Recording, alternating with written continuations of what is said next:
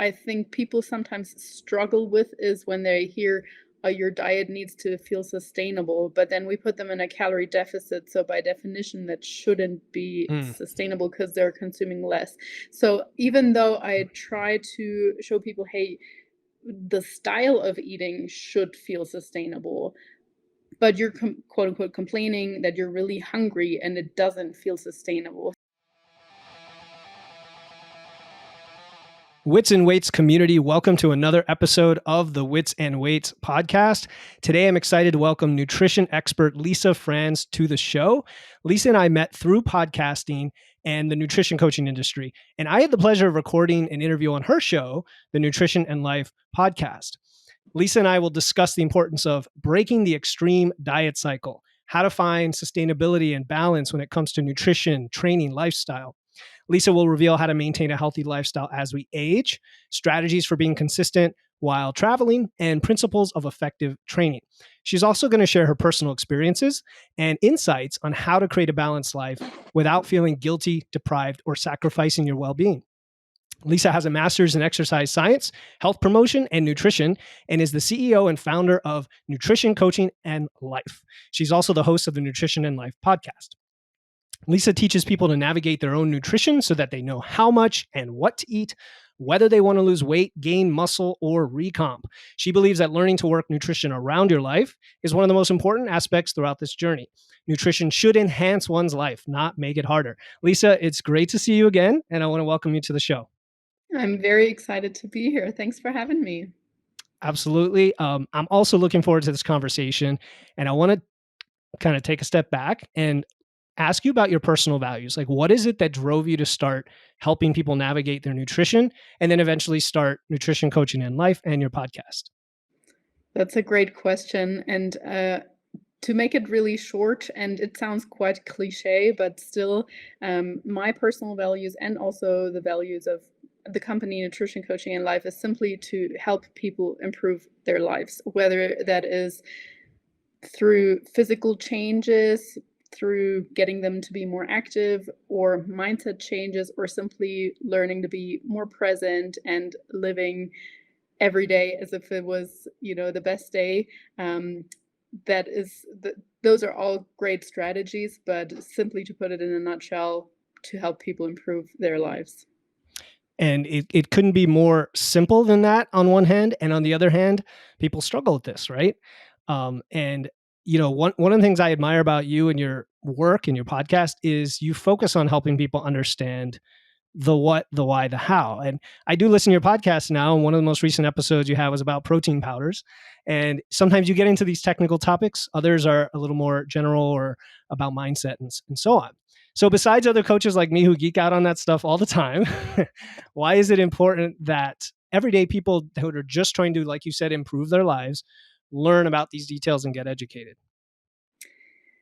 Because in the end, we only have one life. And if we don't enjoy our lives, and I truly believe that we need to continuously work on improving ourselves in order to enjoy our life fully and long term. Yes, we can have immediate pleasure, but it's different if you have long term goals, long term visions, and you continuously climb a ladder as opposed to having these highs and lows.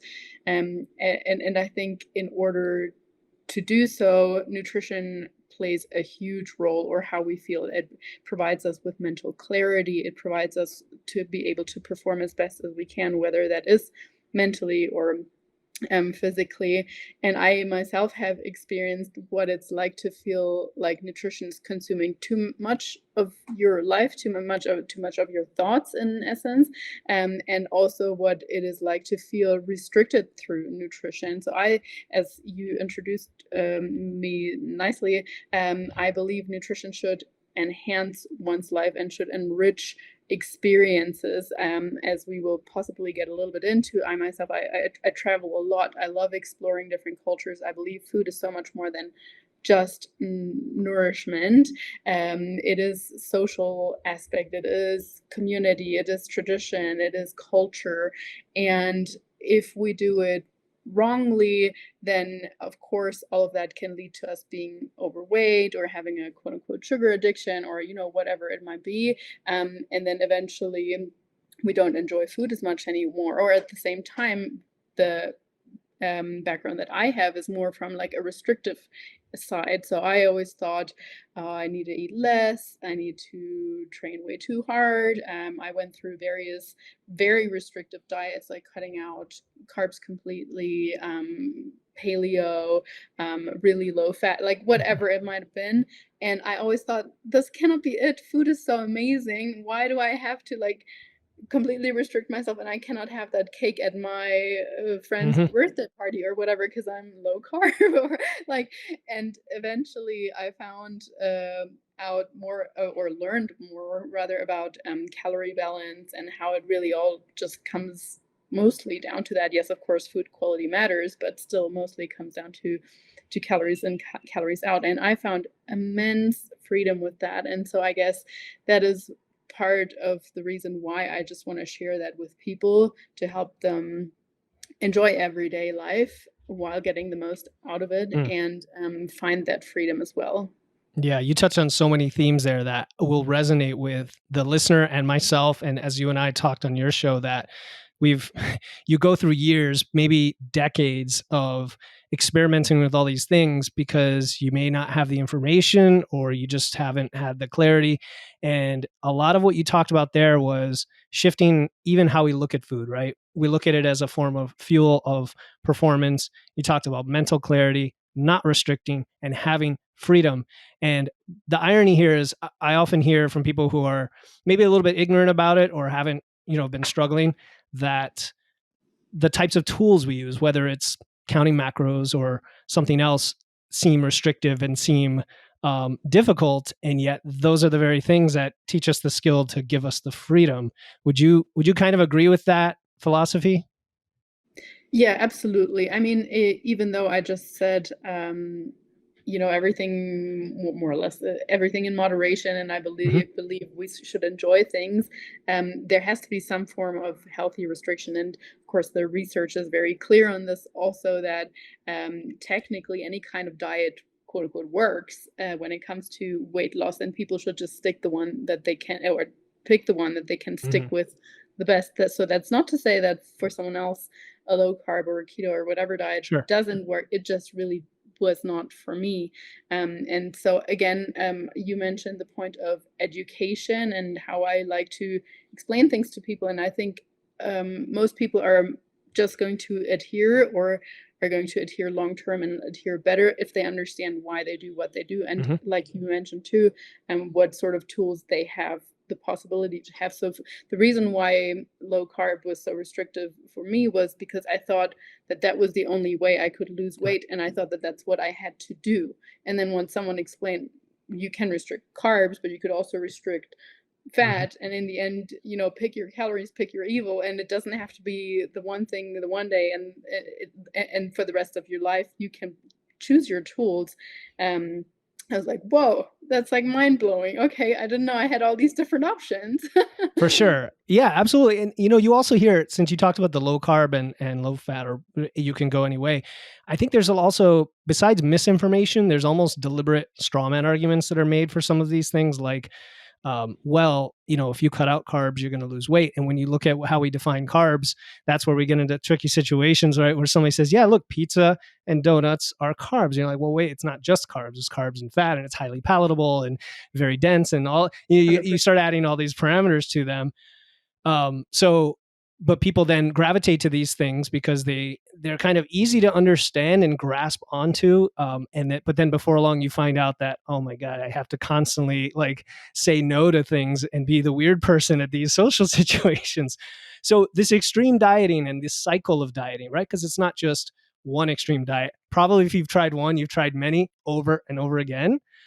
What are some of the signs that someone is just stuck there and spinning their wheels, and then how can they break free and do what you're saying and find a sustainable approach? I love this question, and I think deep down, even though many people are perhaps not always that honest with themselves, in the sense of how unhappy they possibly are with this up and down. But of course, we're going to see some physical disadvantages, as in weight goes up and down all the time. And I Mhm. mean, who honestly is really happy with that if it's unintentional, It's especially, unintentional, right? yes. Like if you Yeah. constantly, like over the holidays, you gain your 15 pounds or whatever, and then you crash diet, and then you just for your next vacation, and then you gain 20 pounds back. And for most people also, it's not just a yo-yo back and forth, it's also a steady but slow Yeah. incremental incline or increase over the years, and that adds up to poor health. And again, if we're honest with ourselves, when we have those extra 20 pounds, we're probably not feeling that great in the gym. And if we're honest with ourselves, when we're that super restrictive on the other end, we're probably also not sleeping that great, maybe not in the best mood, maybe not covering all our micronutrients.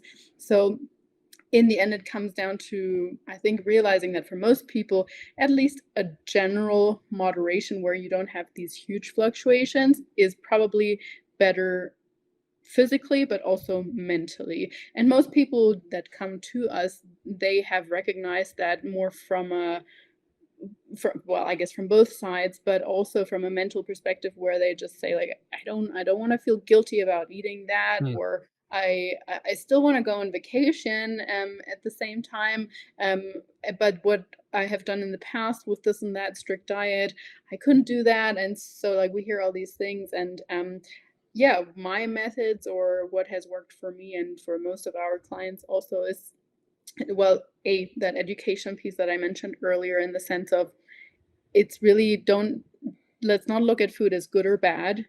It's all just food, right? There are things we should have more of because they're more nutritious, denser in micronutrients, and probably not as dense in macronutrients.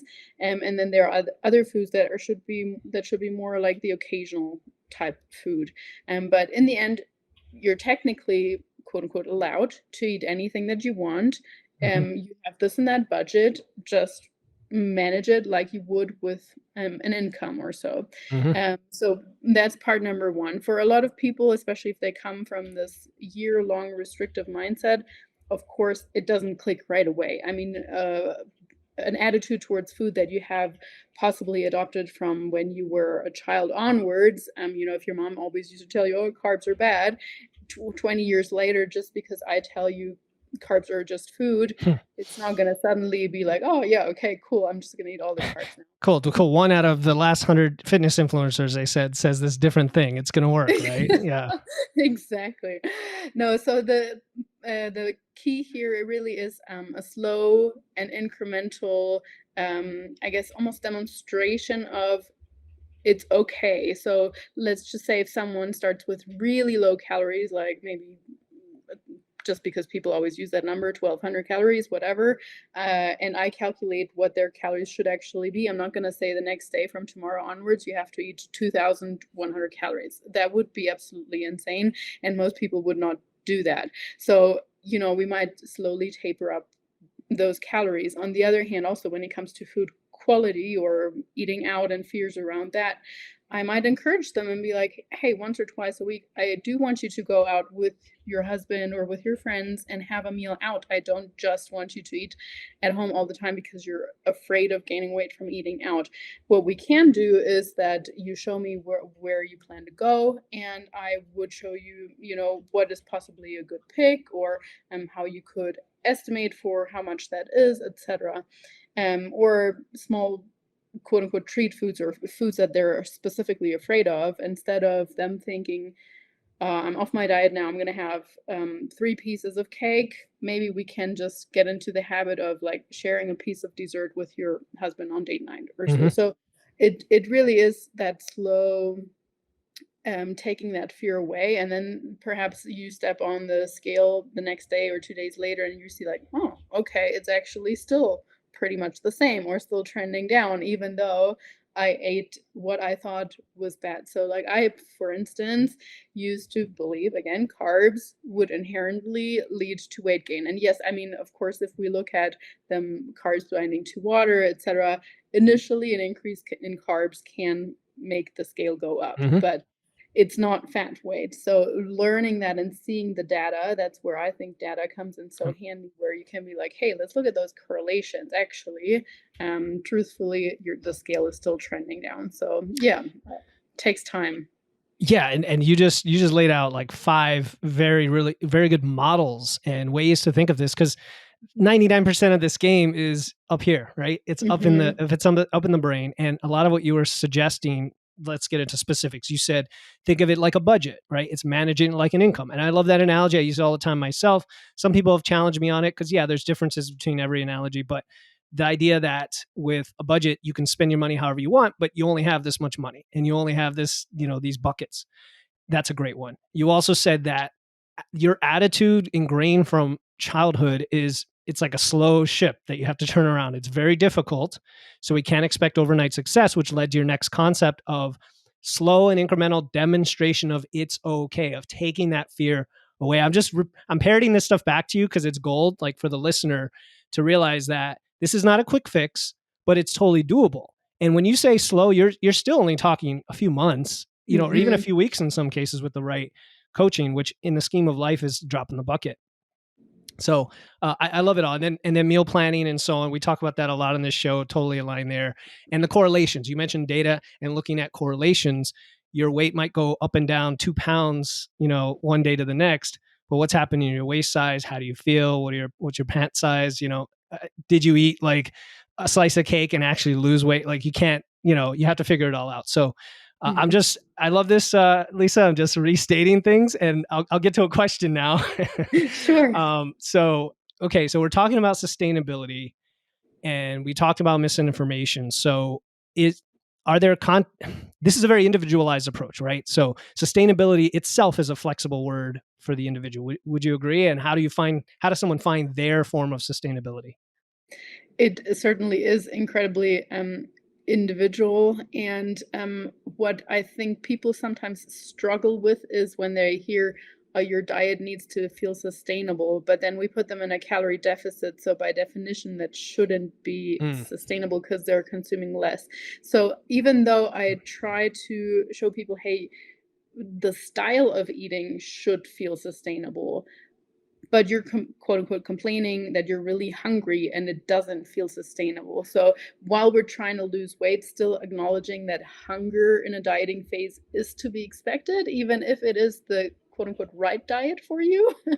It's more of a signal of like, hey, this is working. Your body is actually burning more than what you're intaking. So um we cannot fully say like in a dieting phase it should feel sustainable, but nonetheless, again, the mm, style of eating, um so like the foods that you're eating overall and the method should feel sustainable. And I think a really important part here is the consistency part. So learning for people that it's okay to be consistent 80 to 90% of the time, and those other 10 to 20% of the time not feeling like they messed up, not feeling like, okay, now I can take the whole week off, not feeling like they need to be perfect all the time.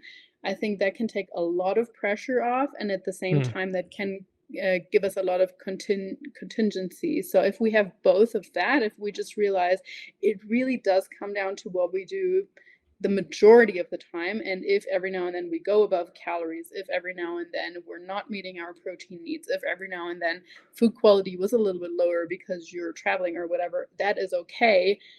But Mm, don't let that mm. trip you up and just keep going. So Oh, consistency and yeah. sustainability, I think they just go hand in hand. And once you learn that it really doesn't have to be, you don't have to be perfect. Nobody is perfect. Nobody can be perfect all the time. I know we hear it all the time, but when it comes to nutrition, I think still most people have that picture in mind that we always need to feel great and need Yeah. to, like put the best effort forward. It just doesn't happen. Oh, you said so many great things there as well. And the one I really took from this was how if you're in a fat loss phase, it is true we couldn't be in a fat loss phase forever. That's not what we're talking about sustainability. And you're right, you have symptoms like hunger and so on, but you mentioned that the principles, that the types of foods, those are what's sustainable. And another way to look at it that rang true to me was we use this periodization of fat loss and maintenance and muscle building to also make it sustainable, Mhm. as opposed to just randomly going through life reacting all the time and feeling like you have no hope. So that's what I got from it, at least. And I know, hopefully the listener hears that. That's very powerful statement. So then that leads to maybe balance. When we talk about, you said being able to eat whatever you want, but not indiscriminately, there's some restraint to it. Mhm. And you also talked about the mental side of it and the training and the periodization. So how do you define balance with all those things, nutrition, lifestyle, mindset, and why is that so important? Yeah, balance in and of itself, the word I think is so often abused Mm, also. Just we hear like a work-life balance, and I know we're probably going to sure. talk about that in a little bit also. But for me, balance when it comes to food is just once again not going overboard. Like I'm a big proponent of Stoic philosophies, and the one of the Stoic principles is temperance, is moderation, and I love that. Unfortunately, this is not a concept that in modern society is very.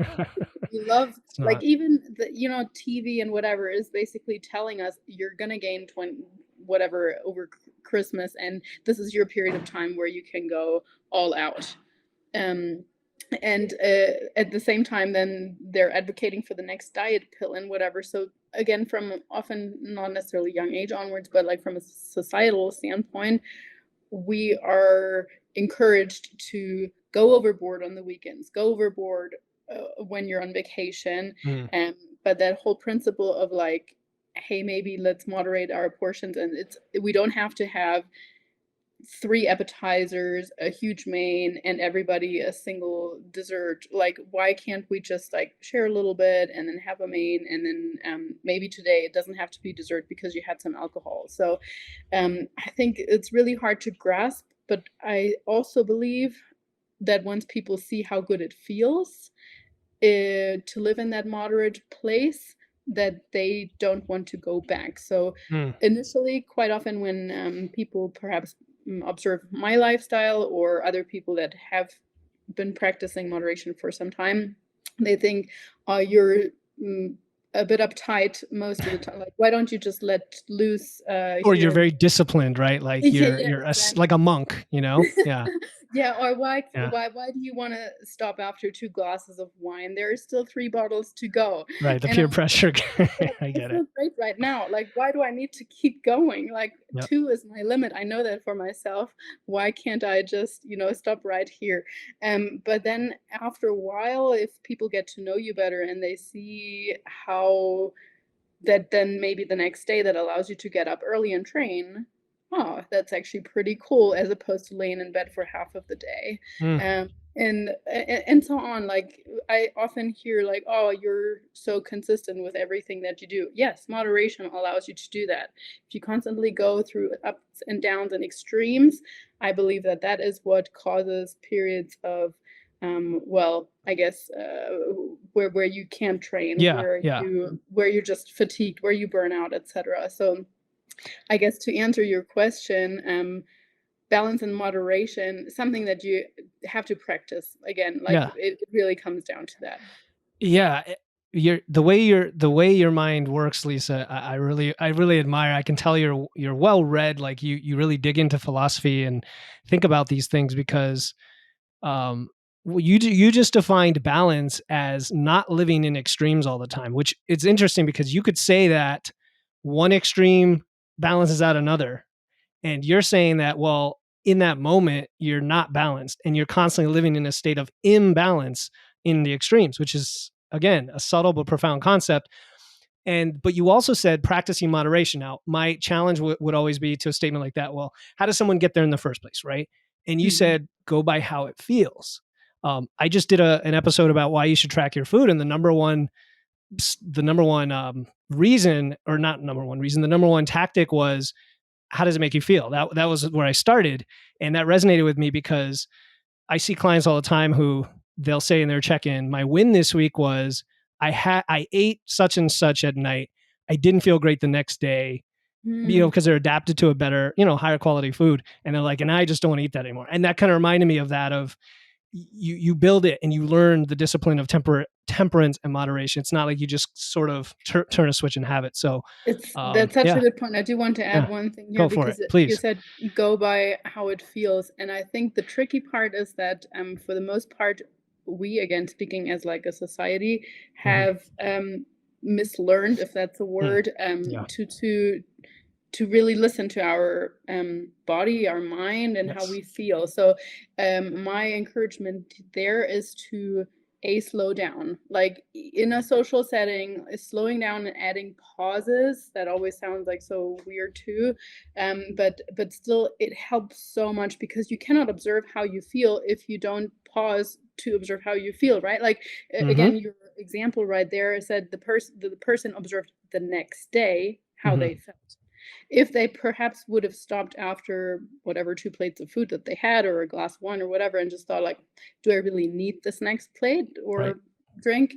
Maybe they would have said no. Maybe they would have said yes, I don't know. But at least having that opportunity to change the behavior, we need to give ourselves that. So slowing down would be part number 1, and then also, like, being more present, observant, and Mm. pausing from time to time will be part number 2. Without those 2, you cannot shift that pattern of, like, just following what you have always been doing or following what society tells you to do. You're on it's Friday night, you're supposed to just go crazy and Mm-hmm. drink whatever you want. So no, it really is being present, being in the moment, slowing down, and asking yourself, do I really need this? And then, of course, lastly, it really comes down to practicing to say no more often. And Yeah. that's a really Yeah. unpopular and unsexy concept because we might lose friends in the process of that. We Sure. might, it really demands some big habit changes sometimes. But in the end, learning to say no more often, and you can say no in a really polite way. You can say, "Oh, hey, no, thank you. I don't need a second helping. This was really delicious. I Mm-hmm. really appreciate it. Maybe I can take something home, but right now I don't want any more." And some initially some people might try to push more on you or they might be offended or whatever, but Sure. it's okay. Just realizing this is going to pass. At least I'm going to feel great tomorrow and the day after and whatever, and that person's probably going to forget about it in 5 minutes. It's Like, true. It's true. Yeah, yeah. no, don't be a people pleaser. And some people are more prone to that than others. Even in addition to the situation you mentioned, perhaps the people they live with or are around all the time, kind of just habitually doing things that sabotage them, maybe not intentionally, but they sometimes have to have that difficult conversation of, here's how you can support me and just understand I'm doing this for my health. But there, you laid another truth bomb for us there, Lisa, about slowing down and using pauses. And it reminded me, I always like to tie things to other topics like you did with the budget. But when it comes to podcasting, talking to people, even debating, whatever it is, slowing down and listening is a very important skill. And what you're saying is slow down and listen to your body because it's trying to tell you things. So maybe I'm just silly coming up with these analogies, but this is what comes to me No, when you think about totally. it, right? So what about you personally, Lisa? We haven't. I know we kind of brushed over the opening statement and then moved on into the questions. You're a business owner, you're a coach, you're a podcast host, you're a great person from what I can tell. How do you balance your life? How do you balance your nutrition, your training, your relationships, your emotional health, all of the things we've talked about to make it all work? So yeah, again, in this context, really, I think the word balance is super tricky because Okay. we're often of the understanding of like it should mean that all parts of life are equal, and that's Equal, just right? totally unrealistic. So point number 1, we need to acknowledge that we go through different stages in life, and that balance is going to shift. I like to think of it as like a bucket, and you only have that one bucket, and you can distribute the things in there however you like. Like sometimes it might be uh, a glass full for work and 2 glasses full for personal life and half a glass for emotional life, whatever. Like you have this amount and you can distribute it however. Of course, ideally, we should have a little bit distributed in each one of them at all times. But as a 20-year-old, of course, you and single, you might have a lot more energy and drive to put that towards your physical health. Sure. In your 30s or when you have children and whatever, it might go more towards family or should potentially go more towards family at different stages, even throughout the year or even throughout the month, the week, your work might have to take up a lot, and you have to dial your physical training back to the minimum. So I like to make sure I have my minimum covered on all bases at all times. I won't lie, my lifestyle is probably reasonably unique, and well, in a that I live alone. I travel. I'm a digital nomad, so I don't know a lot of people around me most of the time. Like, my family is remote also. I see them once a year for a couple of months, and then very intensely. But otherwise, it really, like, my relationships, I guess, are probably rather few in comparison to a lot of other people, and I don't have family. So, I can devote all my attention towards my physical health and my business, which I love. So that is very different to most people. I think especially a lot of our clients, they often say, I'm struggling fitting in my workouts with all my kids. And of Yes. course, um, I think no matter who you are, where you're at, one of the most important things you can do is get super clear on your priorities and, like, re-evaluate them on a regular basis, because again, they are gonna potentially shift places a little bit on a regular basis, and that's okay. Or actually, it's demanded sometimes. So if you're clear on your priorities, it makes saying yes or no to whatever comes up so incredibly easy. So I just share, like, one of my priorities is my physical health and, like, pushing my training. I get joy out of it, and so on. So if someone would say to me, like, hey, Lisa, tonight, Friday night, there is an open mic at 11:30 at the Spar, you want to come along? I'd be like, nope, I don't have to think about that for a second, because I want to be in the gym tomorrow morning at 6 o'clock. So, for someone else who's like, well, I don't know, right now, like, my family is my Yeah. focus, it might also be an easy decision, because you should probably spend, if your family is your priority and you've been Yeah. working all night long, you might want to go to the bar tonight. But since you said your family's your priority, you should probably stay home, have, like, a pizza and movie night with them instead, and then spend the weekend with them, quality time, as opposed to sleeping in tomorrow morning and, whatever it is. So Totally. just being really, really clear on your priorities, I think it makes everything easier. And then you can shift those, Yeah. then you can establish your own life, work, whatever balance. Right. Like shifting calories around, for the day. Yeah. Shout out to Philippe. I know Philip for a long time, and I know how passionate he is about healthy eating and body strength, and that's why I chose him to be my coach. I was no stranger to dieting and body training, but I always struggled to do it sustainably. Philip helped me prioritize my goals with evidence-based recommendations while not overstressing my body and not feeling like I'm starving. In 6 months, I lost 45 pounds without drastically changing the foods I enjoy, but now I have a more balanced diet. I weight train consistently, but most importantly, I do it sustainably. If a scientifically sound, healthy diet and a lean, strong body is what you're looking for, Philip Pape is your guy.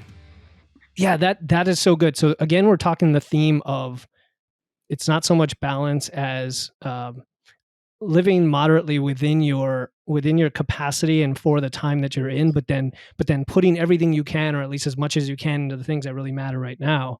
Is kind of the way I look at it. I like that you're like, we have this permission to not neglect things, but to put them at their minimum for a while others go up. And by the way, if you focus on something pretty intensely for a while and develop that mastery, it's going to help make everything else easier, right? Like, physical health will make, earning your wealth and developing your relationships easier.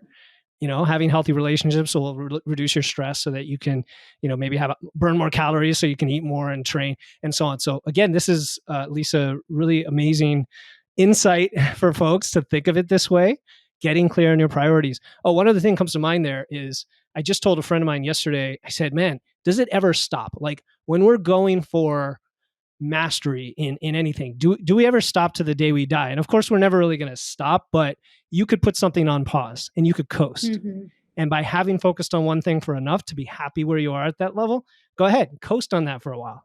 Maintain it, but coast on it. It's a great That's a concept. great Yeah. point. I think Yeah. muscle mass or physical like Yeah. training status is a great example. Like it takes so much more and longer to build up muscle mass, but then maintaining it, you actually really don't need that much volume for a It's couple of true. months. I think a lot of people saw that over COVID lockdowns, and they were like, Yeah. "Oh, okay." It might have taken a couple of weeks for strength to come back or for you to feel good again in the gym, but generally speaking, muscle mass is reasonably easy to maintain. And again, like with anything else, if you had established a routine and it really had become an automated routine, getting back into that after a little bit time off is reasonably easy as opposed to It's starting true. something completely new. Yeah, no, that's a great one too. I think it's like 1/6 or 1/8 the amount of like intensity or volume to maintain your muscle mass. So you're right. It's like that's your reward for having gotten there. I think of food in a similar way. Like once you've added muscle mass and you're moving all the time, now you've got more calories to play with. Well, now it's a lot easier to, you don't even really have to diet technically in the way you used to because it's just easier, right? Okay, so let's talk about training a little bit. How about that? Training. Okay. Absolutely. Always a Okay. great topic. Yeah. Yes. Sometimes I segue smoothly and sometimes I'm like, let's just change right now. Next bullet. So I am curious about your perspective because we talk about that a lot on the show. It's wits and weights. What are some of let's talk principles again. You're big into principles, systems, not necessarily the methods so much. What are the big training principles that you live by? I can pick up from the nutrition aspect from earlier. Consistency, like full stop. We can preface this completely with just this one word.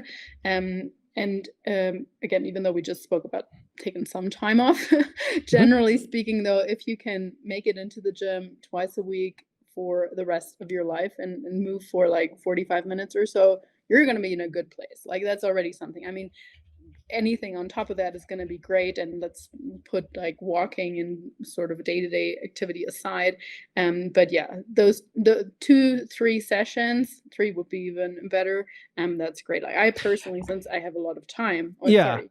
No, let's stop there because people need to understand. Look, what does it take for the rest of your life to do something twice a week for like an hour or two? And now I want you to ask, how often do you watch Netflix? So there you go. Can you do it? I think you could do it very easily. Keep going. Very, very good point. And I mean, we're literally talking about like 45 minutes to an hour in there. So yes, absolutely. And it makes you feel great. So why not?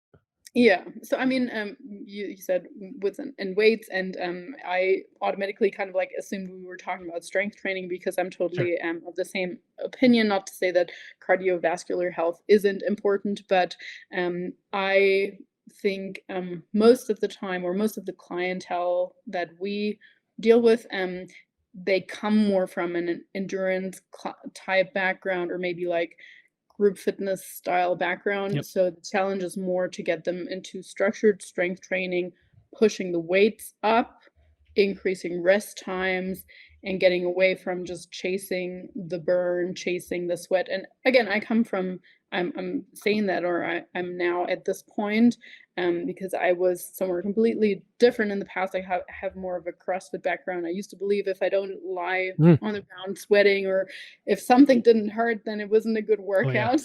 Oh yeah, I've been there. I have come a long way since then and have learned, most importantly, a lot since then. And now I know that soreness really isn't a good indicator for how good your workout was or how effective your workout was.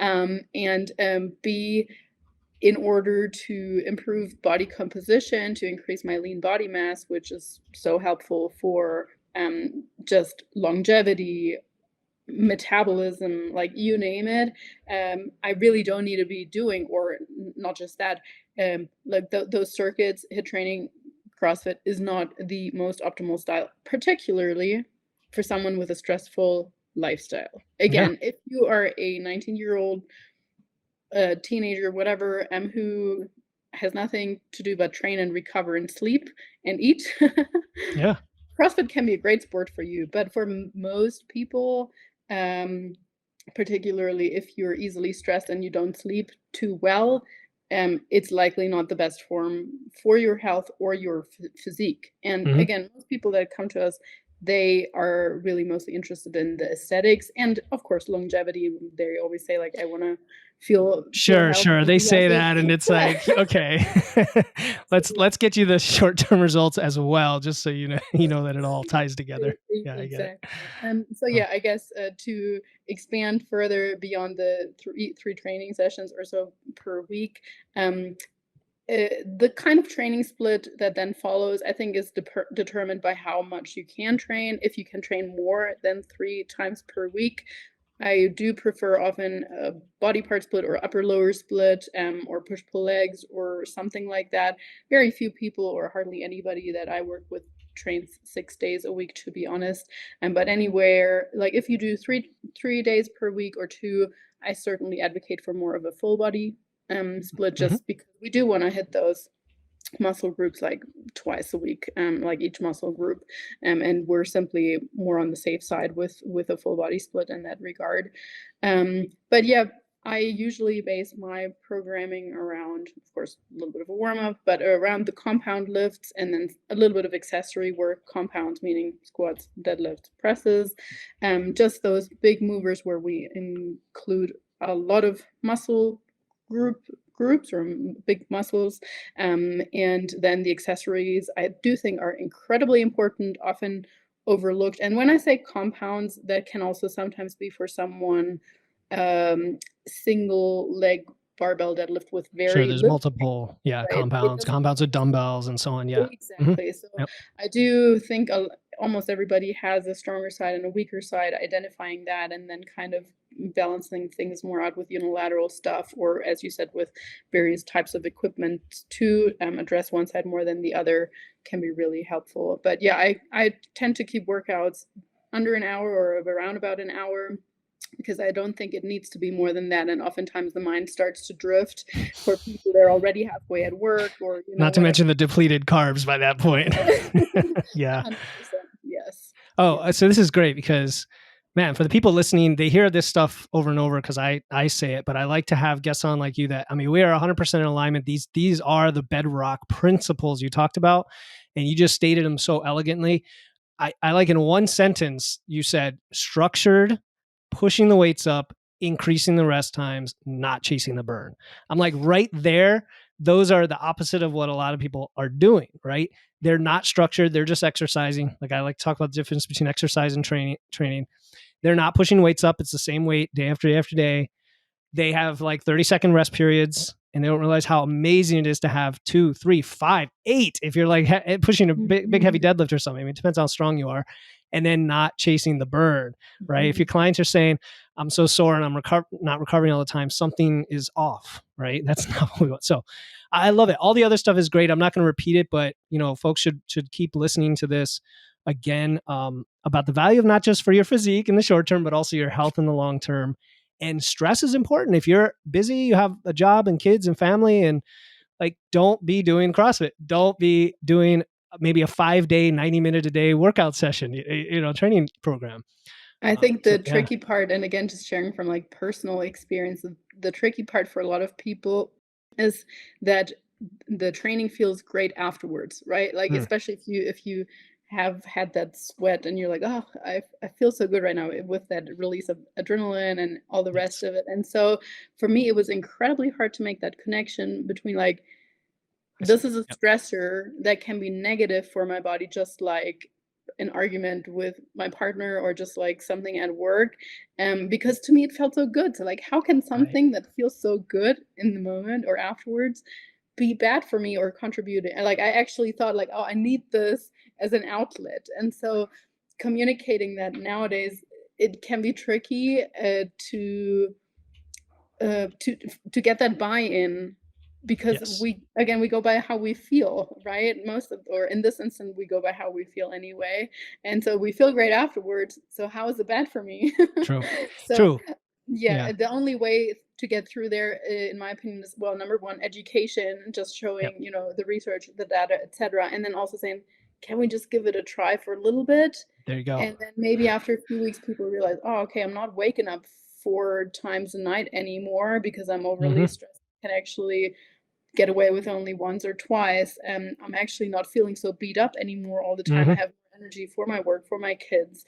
And so then once they feel that, then you get the buy-in. But yeah, Yep. it can be tricky from a coach's perspective. And of course, again, I understand from a client perspective as well.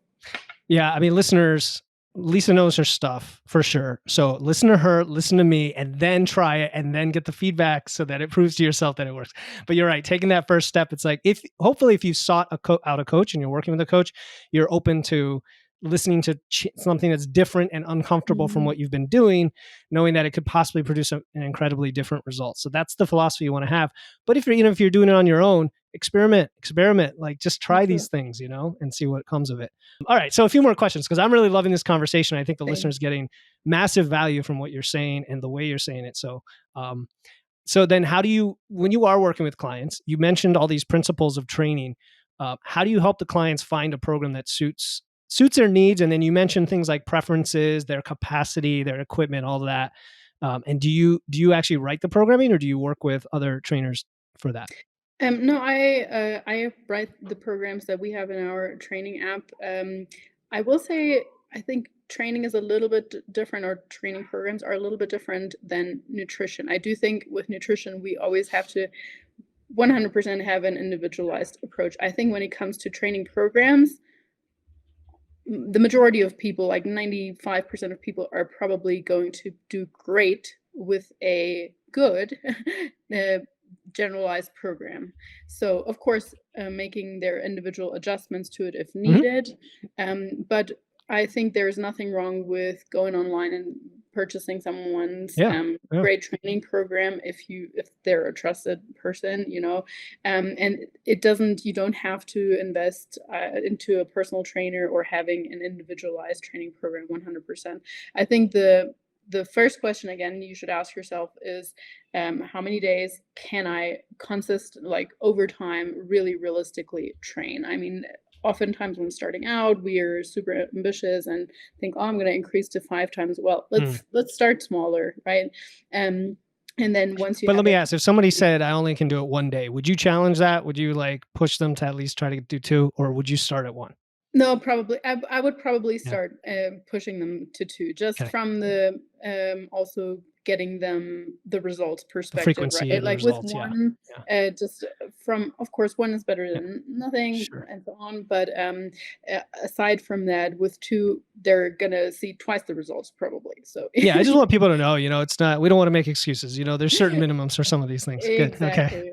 So yeah, going by the time that you have available and then assessing your equipment. We have a lot of people working out from their home gym. They have barbells in most cases, dumbbells, kettlebells, that kind of stuff.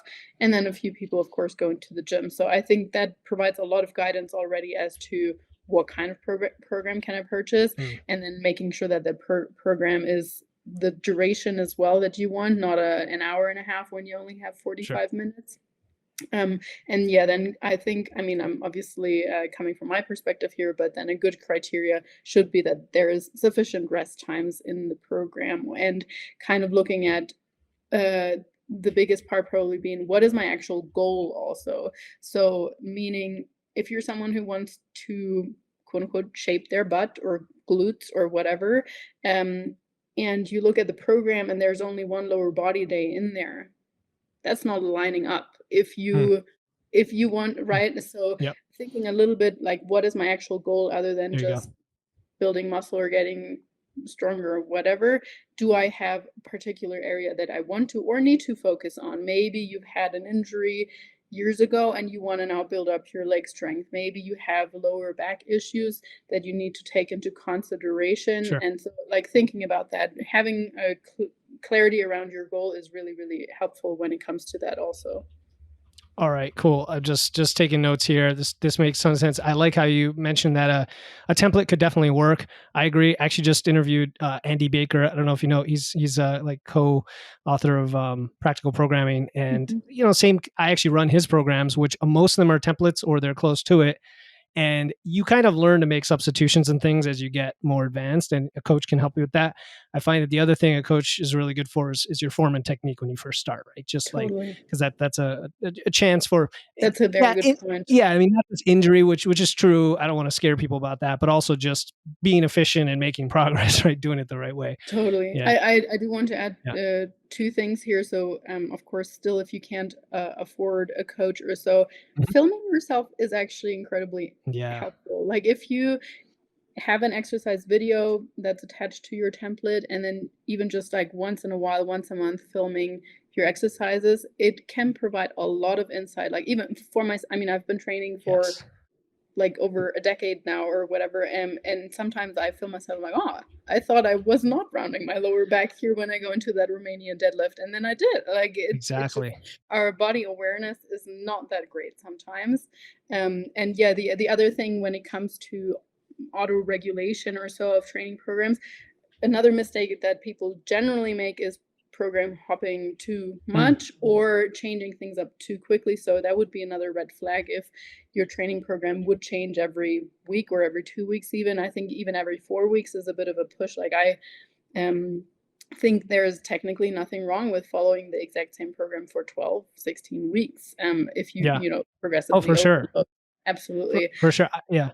No, go I ahead. do get that Yeah. people sometimes feel a little bit quote unquote bored, but again, it's learning to sit with that a little bit, especially if you come from more of a group class. What I will do sometimes is I'll you know give the clients a bit of a finger or a hand and be like, okay, we'll change it every 6 weeks, you know, so that Yes. it, at least Yes. you have something to look forward to if they're getting too itchy. But yeah, to your point of like novices not making too many changes to a program without checking with a Mhm. coach or so. But if you're more experienced and you notice, oh, every time I do this and that, I can't actually connect to my lats as well as if I do Yep. that unilaterally or so. That's no issue. Or changing the equipment, that's no issue. You know, sticking with the general movement patterns, I think that's a good idea. But other than that, as a more advanced or intermediate lifter, totally fine to make some Yeah. change. Yeah, and to your comment about avoiding program hopping and not being bored, because I'll tell you, some of my clients know, like the very, very basic starter programs I work with them with are pretty darn boring, right? Like they're Mhm. very, very, very basic because they're very effective for getting super strong. So what we do is we focus on other things, like, and before, after about 3 weeks, they're like, another PR, and that becomes the metric, and I'm cool with that, you know, like if that's their PR. The other thing is, so I'm more, I guess, intermediate, if you will, and I just switched to another program that I had run 2 years ago, and everything is sore the first week, you know, Mhm. because you haven't been doing those movements. Even if you're strong, it's just, and so from a microcosm, if you program hop, you're going to be getting sore all the time. You're not going to be pushing certain lifts. It's one thing to change accessories on a semi-weekly basis, but it's another thing to just change everything all the time, right? So Totally. it's fun Absolutely. stuff. I love talking about this. Okay, Lisa. So tracking. Well, no, I don't. Let's not talk tracking. I'm actually more curious about like older folks who are like over 40. 40 is the magic number we always use for whatever reason, right? Um, what adjustments would you make? You know, and I want to look at it from a balanced approach, I guess, of on one hand, a lot of things are the same, right? Whether no matter your age, no matter whether you're male or female, and then there are things that are different, right? Like hormones change, your lifestyle and your stress changes, your recovery capacity changes. So, what's your big picture advice, maybe in terms of principles? Um, Generally, just because someone would fill in an intake form and take 41 rather than 28, I probably would not change anything in terms of their training program, Yeah, right? yeah, If they said to me, I have already had this many injuries and sure. I'm constantly nurturing my lower back or hip or something like that, I would approach it differently. I mean, we have always, again, still have to kind of consider the individual. More from a nutritional perspective, probably, I would absolutely make sure that they're maybe not on the higher end of protein, but certainly not skimping on the lower end. I think when we're like in the early 20s, etc., we can um, more easily build muscle or build lean body mass on Mhm. maybe more like 0.7 grams of protein per pound of body mass. But as we get a little bit older, I do like to see it around that 1 gram. Mhm. Okay. Um, so that would be one part. What I do unfortunately caution, especially women as they enter perimenopause and go through menopause and so on, is just alcohol. Unfortunately, the body just tends to be less forgiving. It's just a fact. So if someone wants to lose weight, consuming more alcohol throughout that time, it's more like driving with a handbrake on. It's not impossible. It still comes down to calories, etc. But because you have those hormonal fluctuations, so that would actually be more things to pay attention to. In terms of training, still totally encouraging people to lift heavy, progressively overload, and sticking with the same principles. Really, Agree. I wouldn't change anything. Maybe, you know, if someone really gets up there in age, 70s or higher, really utilizing a lot of balance work, maybe incorporating a little bit more coordination things, even more unilateral stuff, and so on. Yeah, they've got a lot to make up for for the many years. Yeah, for sure. Precisely. Yeah. But otherwise, I think, as you said, cool. Principles remain the same. Yeah, no, that's great. And that's what it's all about. Once you have the principles, you can build anything from that. There's countless permutations. All right. So let me see what else. How about you? What are you doing in the future here, Lisa? Like, what are your future plans, your projects? What do you have going on in your business? Just curious. So I actually have 3 coaches that also work for nutrition coaching and life, which I'm super excited about. There are 3 amazing ladies, and actually next month we have our very first team meetup planned in Canada. So I'm excited to meet them in person, because I have known most of them for years and never met them. It's funny how like with this, crazy. I love it. With these internet connections, you feel like you know people so well, and then you get to meet in person one day. Like, oh, you know what's gonna surprise you is their height. That always surprises me. Everything like proportions you can't tell, but height. Yeah, that's a really good point. Just wait. Just let me know. Send me a message when you tell me if I wasn't right. Yeah. Aside from that, in terms of business and also personally, really, to be honest, just cracking on, continuing on with what we're doing with our mission of helping people enjoy their lives more, and just hoping to get to reach more and more people throughout time, and that's it. I'm sure you will. I truly love what I do, what we do, and I mean, even in my free time, and I'm sure you can relate to this, I love reading, research, listening to podcasts. Yes. So I would 100% continue doing what I'm doing, even if it was not to get paid. Yeah, that's exactly, and that's what it's about. Like, it's a wonderful way to live, and you're providing value and helping people, and then it happens to bring some income because, you know, it's worth something to people. But what matters most is the mission. So, wow, congratulations on that. I mean, I'm not surprised, you know, the way you explain things and your temperament, and you know, the education and all of this is what people need, you know, to succeed. What people need to succeed. So I do like to ask this second to last question of all guests. What one question did you wish I had asked, and what is your answer? That's I actually had to think about that for a little while. I guess, yeah, you have actually already asked that a little bit, but nonetheless, I do want to highlight it. Maybe what my own personal struggles are, and I don't think I brought that across as well, because I was kind of talking like I came from my high horse there. But not at all. No, not at all. I jumped you right into the topics. You know, it's okay. So tell me about your personal struggles. That would be good context. I do struggle with being present in the moment. I love planning. And I love the feeling of control.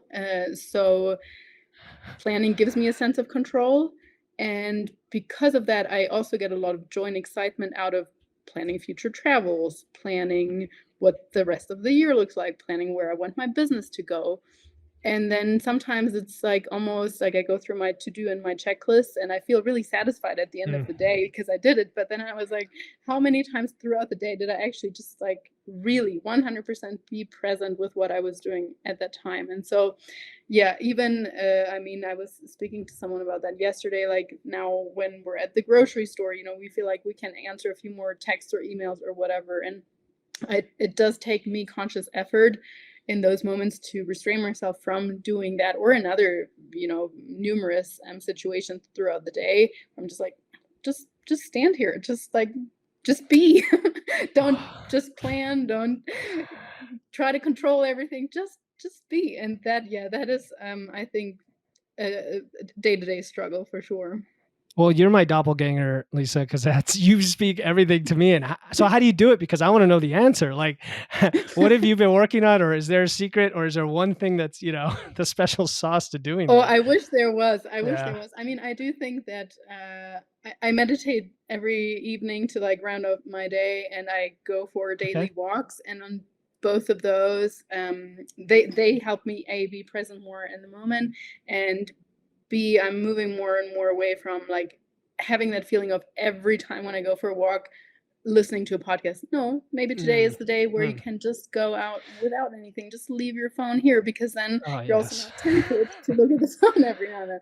And same with meditation. It doesn't always have to be like a guided meditation, whatever. Just be.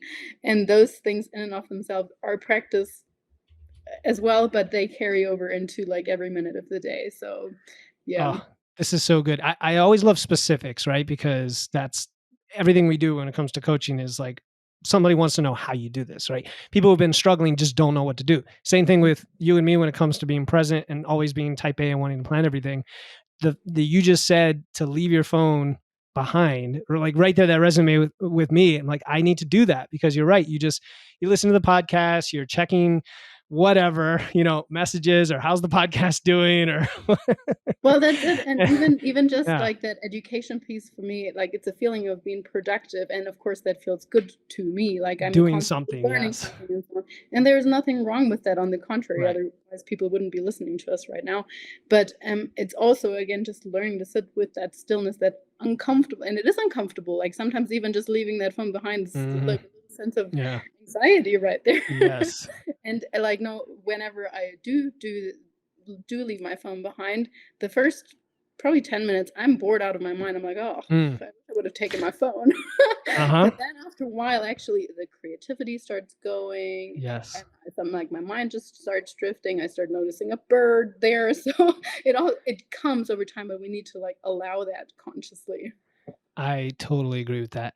Because when I've done that and gone on walks, it's like sometimes I end up I speak out loud with, nobody's, I just start talking and talking through ideas, or I might practice like That's what I'm going to say. awesome. And maybe that even is trying to do something, because again, your brain wants to do something, but still, this goes back to your conversation about balance and the things that are maybe down at the minimum, and now you're trying to push them up. And so that's where we need to challenge ourselves. All right. So with that, where can listeners learn more about you and your work, Lisa? I'm most active on Instagram. It's at Nutrition Coaching and Life. And that's also the name of the website, nutritioncoachingandlife.com. And as you said, the podcast is Nutrition and Life. And yeah, but I'm probably most active on Instagram.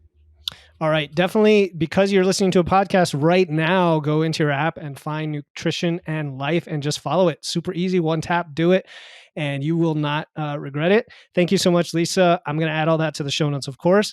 This was a lot of fun. This was very enlightening. I learned a lot. I know the listener did too. And I want to thank you for coming on the show. It's been a true pleasure. Thank you.